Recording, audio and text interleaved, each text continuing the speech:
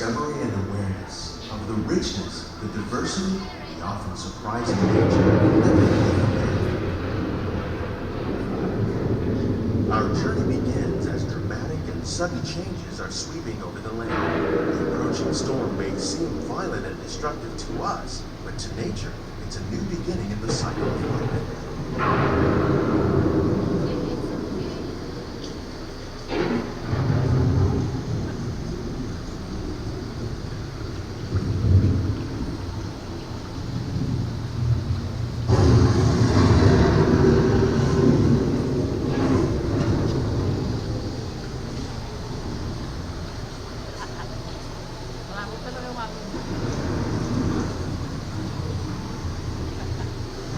Beneath the surface of the land, roots trap water from the flowing mud, extracting precious nutrients and minerals. These elements, when combined with sunlight, create the diverse living systems of our planet.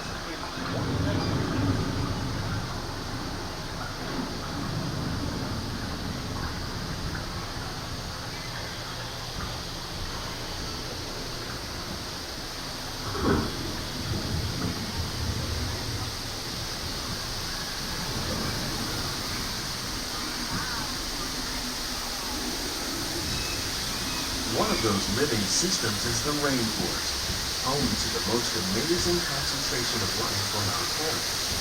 These dense and beautiful forests cover only a tiny portion of the Earth's surface, but they contain more than half of its plant and animal species.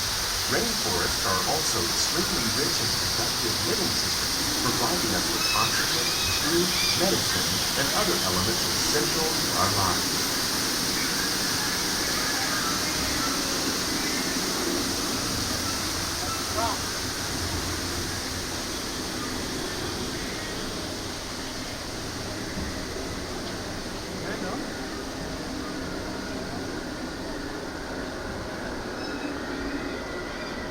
In the desert, nature has created a very different, no less beautiful living system. And while this arid landscape may seem lifeless, it is very much alive. The plants and animals that have learned to survive in these harsh conditions make use of what little water they can find and avoid the scorching rays of the relentless sun.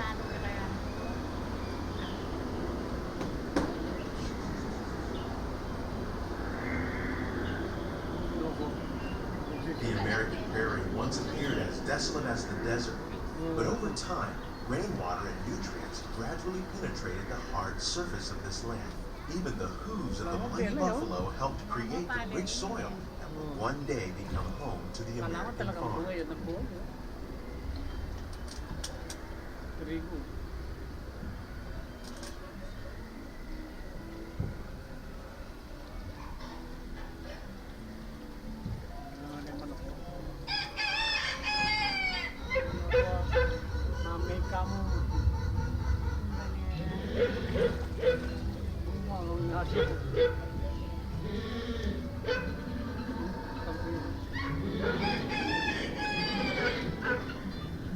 Of all the forces at work on the land, humans have had one of the most profound effects.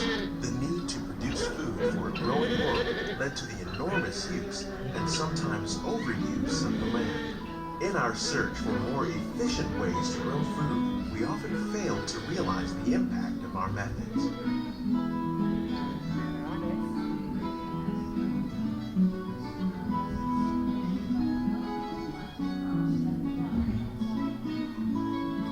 Today, we're learning to live with the land, discovering better ways to grow food that will assure both human and environmental well-being. In Japan, we're learning by adding compost ingredients and other plant material to our soil, we can reduce the need for fertilizers. In farmlands across America, we're learning that by plowing under vegetation containing natural fertilizers, we can enrich the soil without the use of chemicals. In Saudi Arabia and Mexico, we're learning to produce food on desert seacoasts by developing and planting crops that thrive on salt water. Here at Epcot, we're learning to reduce the need for pesticides by using natural predators like ladybugs and wasps to control pests. In Japan, we're learning that by adding compost leaves and other plant material to our soil, we can reduce the need for fertilizers. How will we meet tomorrow's growing needs for food production, yet still respect the needs of the land? Some of the answers are being discovered just ahead. To help us maintain these carefully controlled ecosystems, and for your safety, please remain seated in your boat at all times.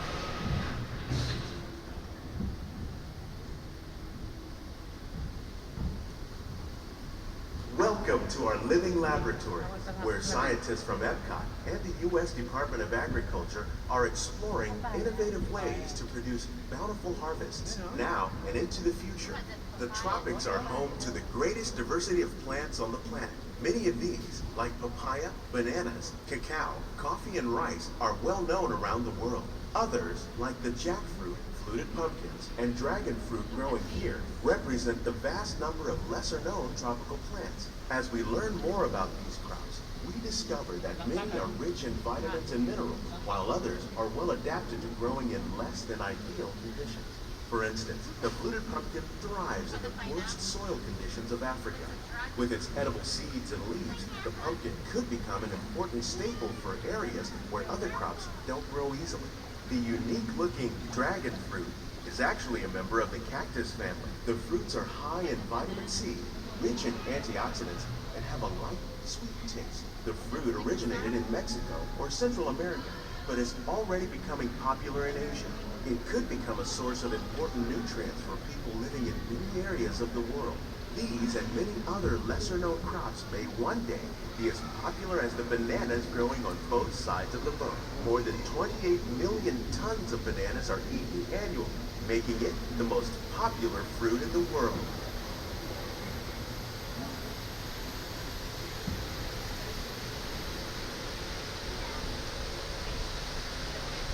When we mention farming, you probably don't think of fish, but fish farming, or aquaculture, is an innovative way to increase harvests, protect wild fish populations, and produce a healthy crop, like these sturgeon that grow to over 300 pounds. Now that's a lot of cabbage. Tilapia, bass, and catfish are three popular crops raised by fish farmers around the world.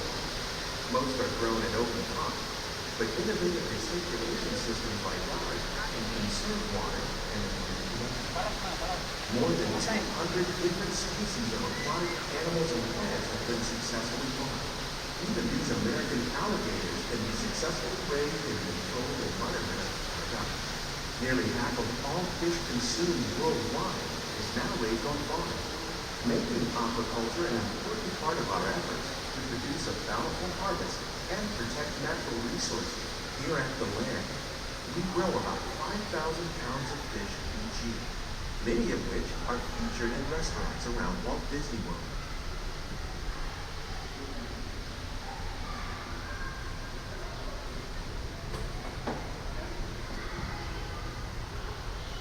This greenhouse is full of some of the best ideas for improving plant health. Disease and pests are two of the biggest problems facing farmers around the world. By careful selection and crossbreeding, we can grow crops like these sunflowers and winter melons that are more resistant to pests and diseases. Scientists have even been able to breed plants that can flourish in marginal areas where water and nutrients are in short supply. The result of these efforts is higher yields with less impact on the environment.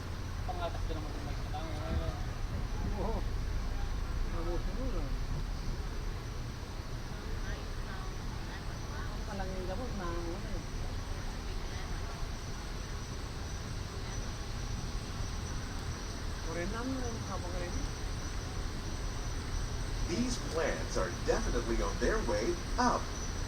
Innovative growing techniques like the ones you see help to increase yields while more efficiently using resources like water, fertilizer, and pesticides. We're growing these nutritious sweet potatoes above ground. This method increases yields, produces larger potatoes, and can be used where rich soil is in short supply. we're growing lettuce using our nutrient film system. This technique precisely controls and recycles water and nutrients. With it, we can produce over 27,000 heads of lettuce a year in just one small area.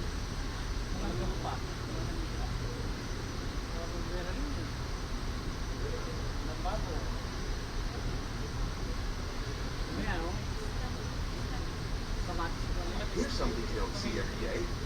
Tomatoes growing on trees. These plants were originally developed by Chinese scientists.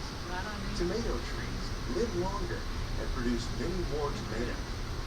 One of ours lived 16 months and produced over 32,000 fruits. Much of the produce you see growing in our greenhouses is served in the restaurants here at the Land.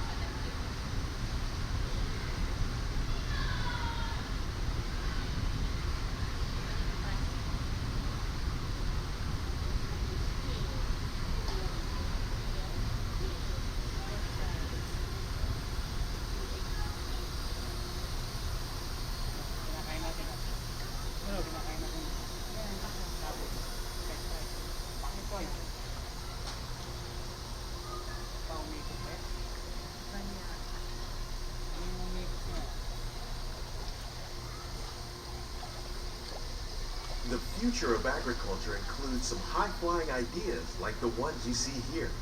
The aquaponics system on your left integrates hydroponics with aquaculture. The fish provide a source of natural fertilizer for the plants, and the plants help keep the water clean for the fish.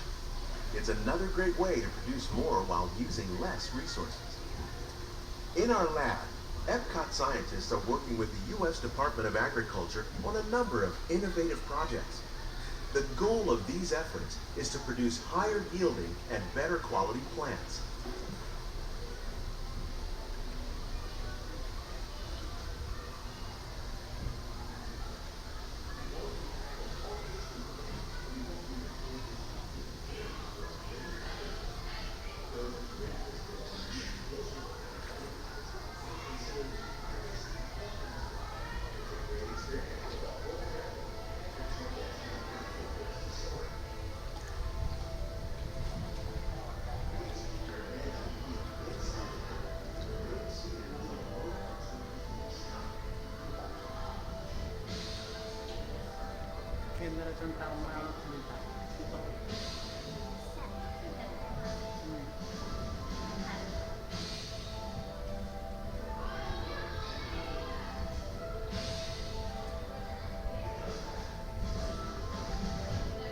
These greenhouses represent just a tiny fraction of the work being done worldwide to produce bountiful harvests for our growing population.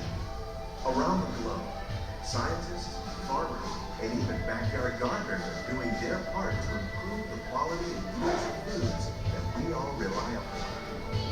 By working together, we can continue to find innovative ways to increase food production and protect our precious natural environment. Only then will we truly be living with the land.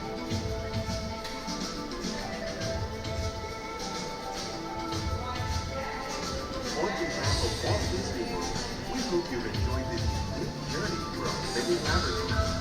Those of you interested in an even closer look at our greenhouses might consider the behind-the-scenes walking tour. It's a great experience for the whole family. The tour desk is near the entrance to Soaring.